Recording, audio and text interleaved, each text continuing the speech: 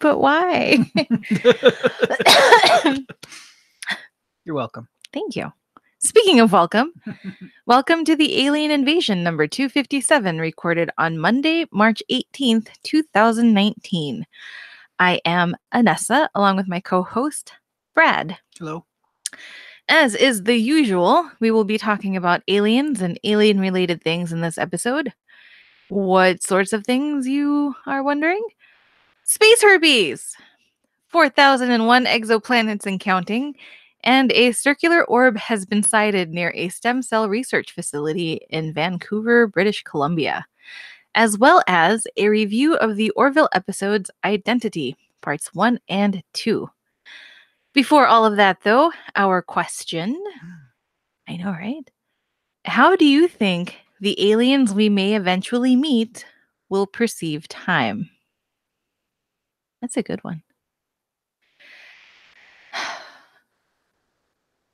I wrote the question, so you have to go. Okay, first. fine. I guess it kind of depends. Like, my first thought was like the rotation of their planet and orbital period. Because, I mean, if you're living on a planet like Venus that's incredibly slow at rotating, I don't know that you necessarily have a big concept of time because you don't have kind of like a marker to keep track of where you're at necessarily. Whereas here, you know, the sun rises and sets and you've got the moon rising and setting and the constellations becoming visible or not visible depending on where you are. So you know what time of year it is, what time of day, all that fun stuff. So that's kind of my thought. I guess it kind of depends on their planet. Sure. At least that's my guess. Yeah, I kind of wonder, whenever I think about like time and perception of time, I always think of like Slaughterhouse-Five. And the guy's experiencing his life, or we're viewing his life out of order, but it turns out that that's how he's perceiving time for himself. There's a beginning and an end that he knows of, and he's been there, he's experienced all of it, but he can just move through it. At least that's how that's how I put it together in my head as to how that worked, but it just seemed kind of interesting. So aliens inspired by Kurt Vonnegut? Yes. Or the other way around, who knows? Yeah. Yes? I don't know. That is a good question. I'm glad you asked that. But what are your thoughts? You can leave comments in the video comment section or in the comment section for wherever you find this actual podcast episode.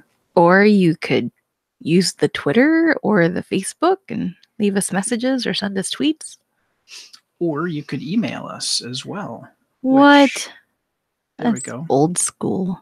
It is old school, and we used to have the email address at the bottom of this document.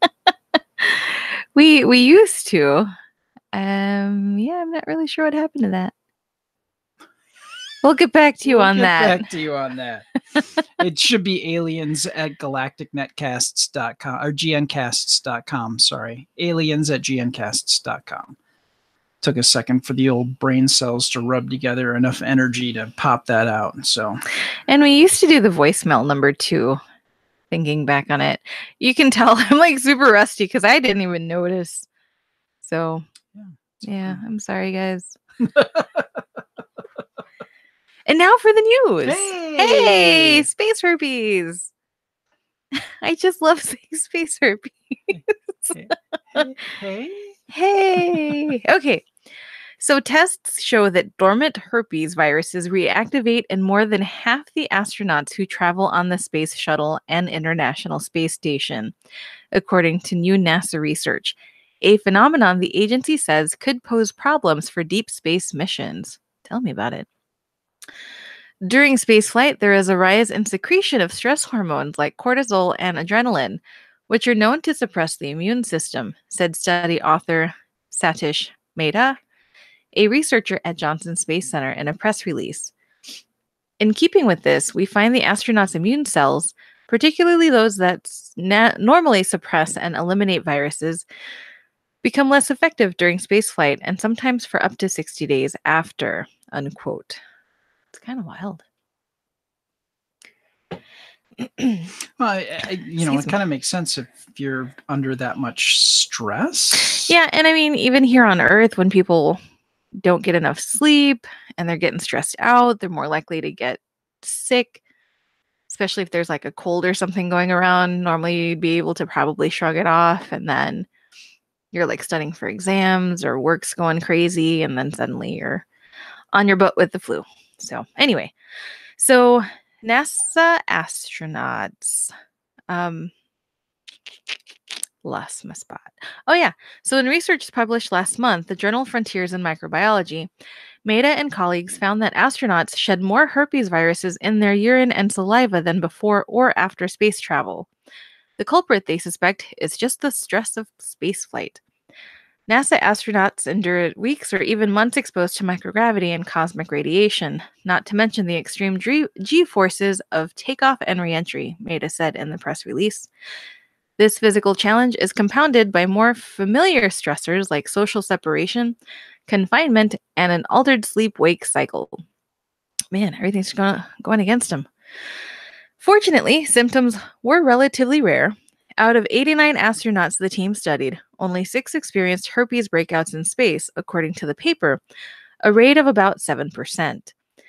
The viral shedding also got worse the longer the astronauts were off Earth, leading researchers to worry the phenomenon could present a challenge for deep space travel. While only a small portion develop symptoms, virus reactivation rates increase with spaceflight duration and could present a significant health risk on missions to Mars and beyond, the press release says. And you can find the original article through Futurism, but I found this little blurb through sciencealert.com. And I actually got to say space herpes on an episode of the Alien Invasion and have it be a legit thing. And not a critique of ice pirates. So, yeah. There's a gem. I don't even remember that one. That's all right. Did I see that? I have no idea. Okay. Boom. I think you're up. I think I am up. And I need to stop looking for something here and have Google Docs actually work with me and not, oh, you stink. Threw me all the way out of the document. Hey, we're going to talk about 4001 exoplanets. Right? Meow. Meow, you say? Yes. Yes, I do. There it is. 4001 exoplanets and counting. The exoplanet team, led by the Observatoire de Paris, announced this week that the list of known exoplanets orbiting distant stars has officially grown to 4001. They discovered 2 new exoplanets, which they both orbit around a multiple star system labeled EPIC. Here we go with the number string. It is named EPIC 203868608 675-309. No, I added that last part, sorry. At a distance of 499 light years from Earth in the direction of the constellation Scorpius, the Scorpion. Astronomers Alex Walls... Oh, wow. I'm going to butcher this name. We're going to call them astronomers Alex and Dale. That works. Discovered the first known exoplanets, and then a third one in 1990. We've been discovering exoplanets for quite some time. The 1990 discovery was from the Arecibo Observatory, and those pulsar planets orbited around a pulsar named PSR B257 plus 12, the remnant of a massive star. Then in 1995, scientists found a planet around 51 Pegasi, the first planet detected around a main sequence star, or a star in the same stage of its evolution as our sun. Since then, through various means, both ground-based and space-based, astronomers have confirmed thousands of other exoplanets with an incredible diversity of orbits, including some planets in multiple systems. Those worlds have 2 or even 3 suns in their skies. Abel Mendez, director of the Planetary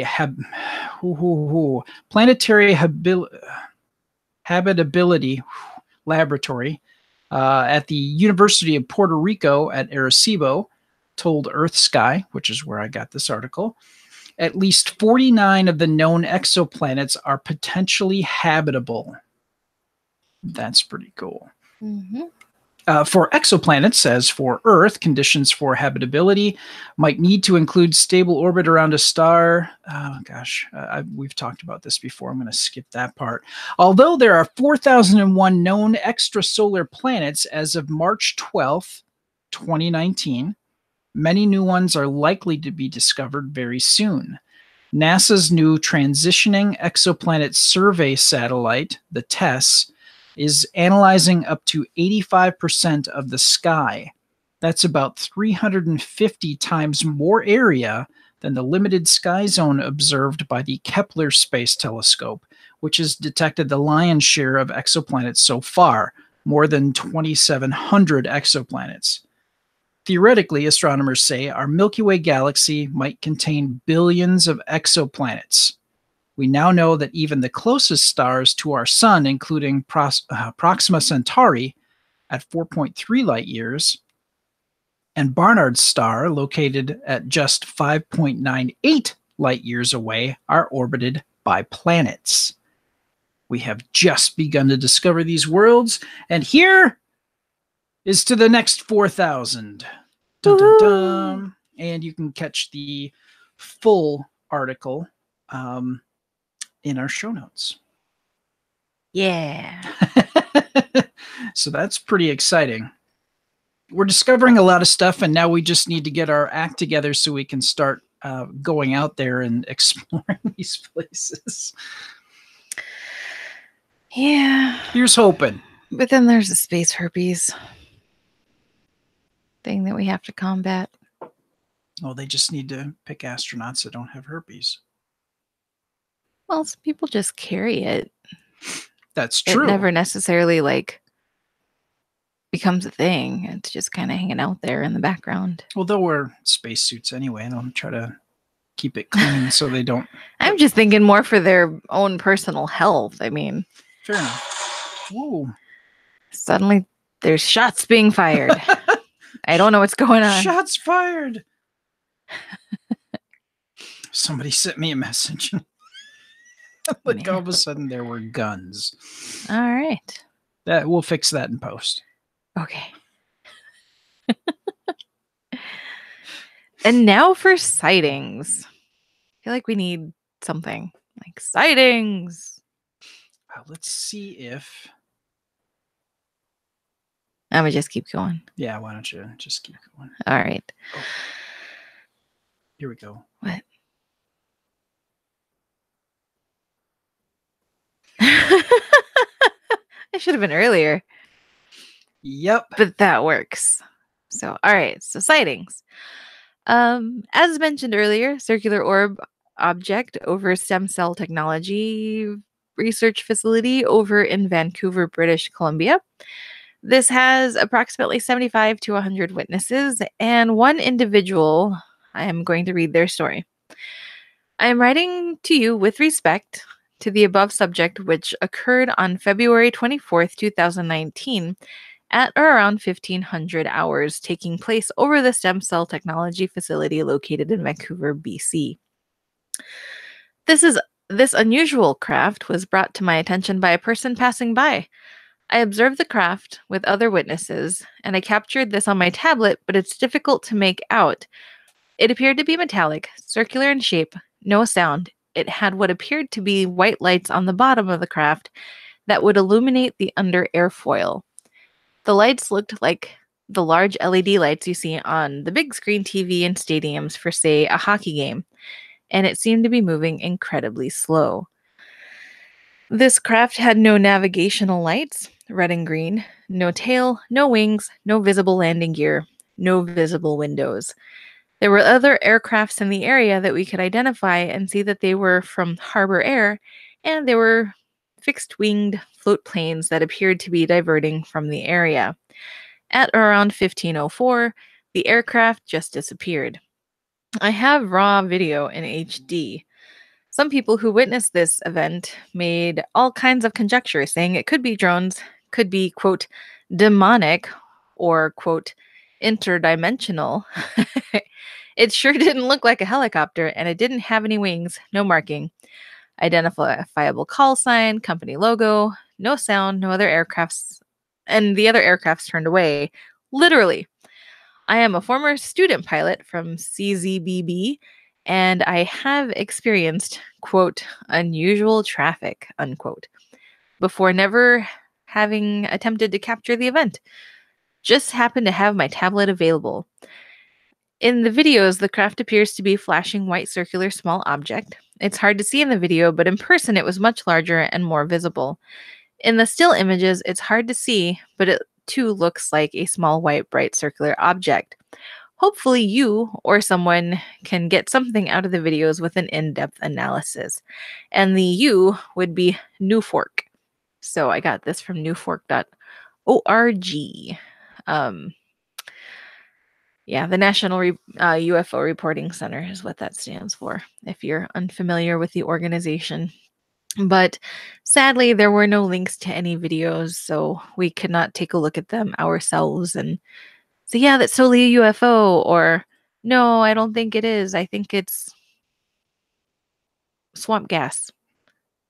Could be. We don't know. We don't know, unfortunately. So yeah. I'd be really interested to see if at some point they release some video out there. So yeah. If you enjoy the Alien Invasion and would like to do more than just subscribe, please consider becoming a partner with us. Go to gncasts.com/support and click on the Patreon link. Consider sending us $1 or $2. Your help will go a long way with helping us maintain and grow our content. So, gncasts.com/support. Also, we have a phone number. What? I know. For feedback, it's 805-328-3966. 805-328-3966. So feel free to call and leave us messages. Absolutely. Like Jacob did a couple months ago. Yes. Just throwing that out there. Thanks, Jacob. Yes. That was cool. Yeah. All right. So this, I would say this week, but this was actually a couple of weeks ago. Brad and I ended up watching the season 2, episodes 8 and 9 of the Orville, called Identity. So parts 1 and 2. And do you want to tell folks what it's about? Like a quick recap? It answers the question about the Kaylons.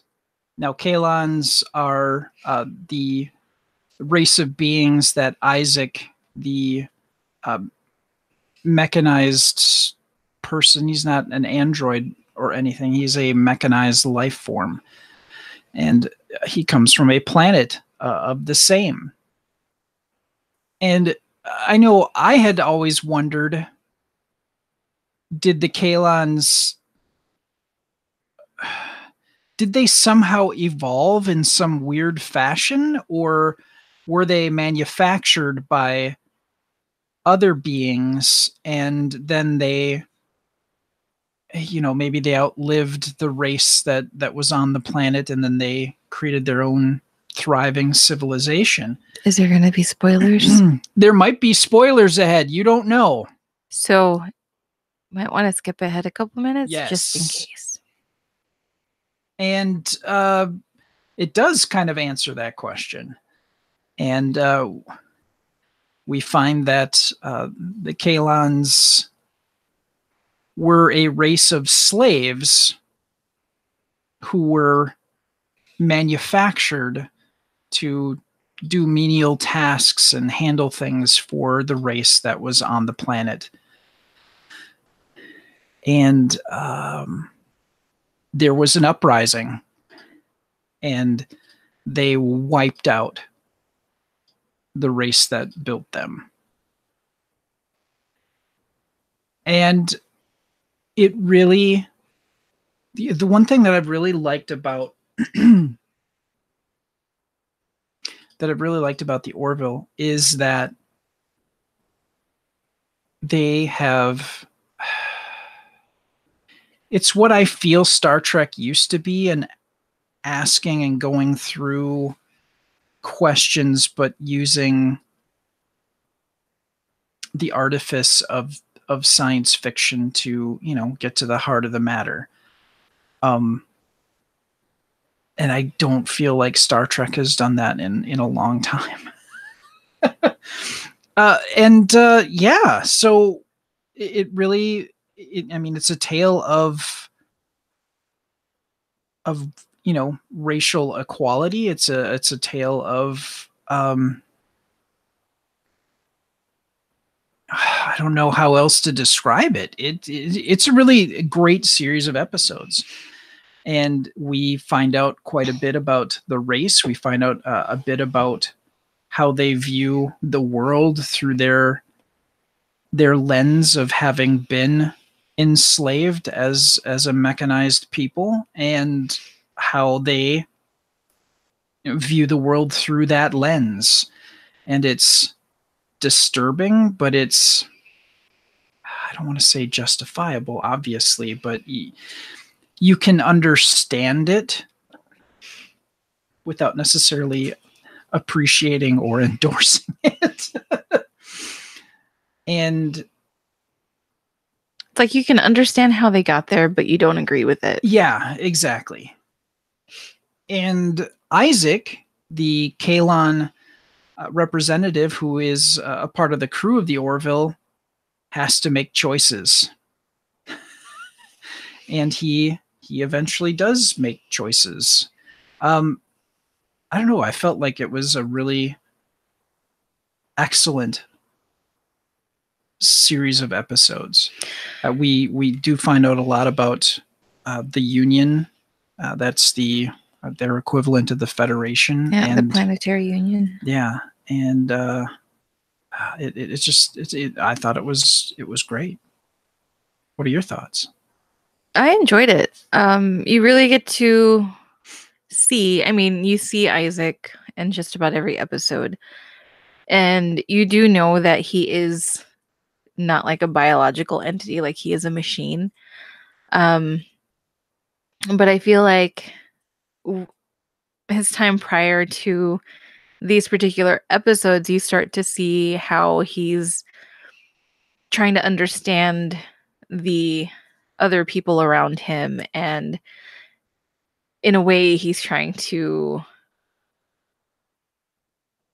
I'm trying to think of words, I'm sorry. He's not necessarily consciously, but subconsciously, he's starting to maybe learn from them, and learn a bit more about emotion and feelings and relationships. And it's still really foreign to him, but he is making the effort to try to understand what these relationships mean, like why they're important to people, even though they're not necessarily important to him and his race of beings. And I feel like in Identity 1 and 2, you see more of the machine side of him, and you're reminded that he's not one of the gang necessarily when he goes back to Kaylon, because his mission was done and he got shut off. So that's what prompted everything. But yeah, you're reminded that his being there had a purpose, and he is a part of this race that is very much machine, and their logic is a lot different than ours. It's more calculated versus humans and other alien races that are on the ship that are also driven by emotion. And then you start to really learn more about the Kaylon and their history and their desire for genocide for all things that could potentially cause kind of a similar outcome as how they came to be. So, yeah, it's a good couple of episodes. I highly recommend them if you haven't seen them. Absolutely. So, yeah. Anything else? No, I'm kind of curious to see if they've started a campaign to ensure a season 3. So Fingers crossed, because yeah, I've really enjoyed I've enjoyed the entire show. I feel like other people around me have been a bit more critical of episodes, going, "Oh, it's weak writing. Oh, it's not the greatest." And I don't know. I've just enjoyed every single one. I mean, yeah, some are probably better than others, but overall, I don't really feel like I have to critique like any sort of negative feedback for the most part. But yeah, and then the newest episode was also really good, but we're not reviewing that. we're not reviewing that one. So yeah, you should watch that one. Not today. So yeah. We did get some listener messages, or rather one, from a couple of weeks ago. Yes, from okay? 3 weeks ago. 3 weeks ago. Okay, more than a couple.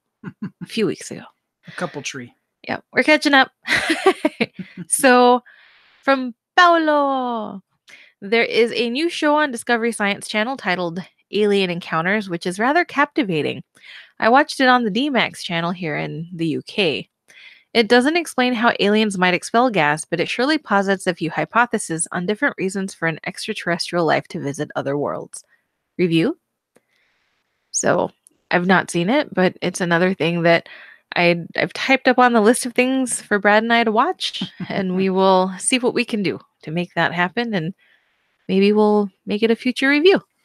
Yeah, we don't have cable, so but we do. Well, we have cable internet, but we do not have cable television available to us. But we've got like Amazon and Netflix and Yeah, Hulu and the internet.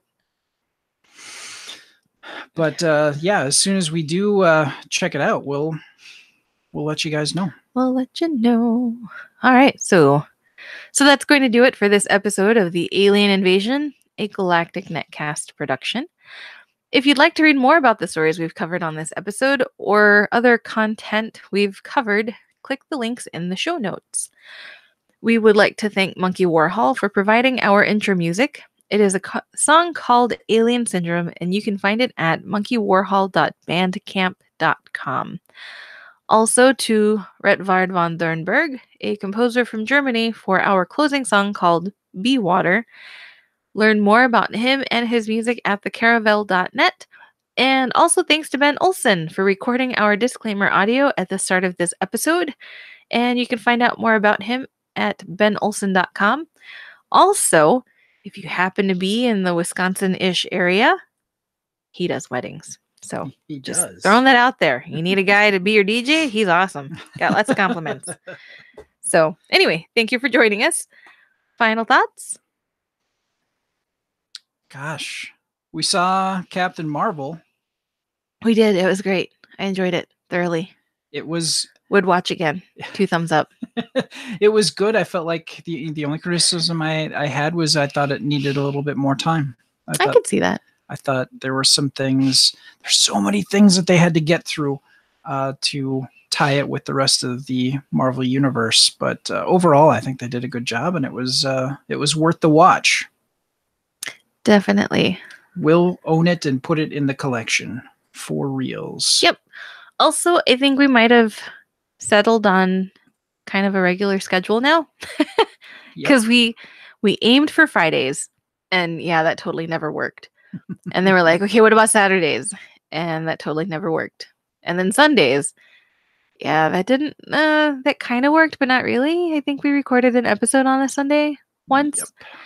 And Mondays just seemed to fit the bill. So we're going to be recording Mondays at 8:30 Central Daylight Time because we're in daylight savings time. So Yes. if you want to give us a listen or watch us on YouTube, Mondays Central Daylight Time.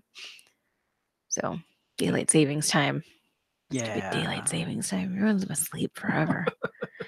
All right. Thank you very much for joining us. And We'll talk to you later. yeah. Okay. Bye.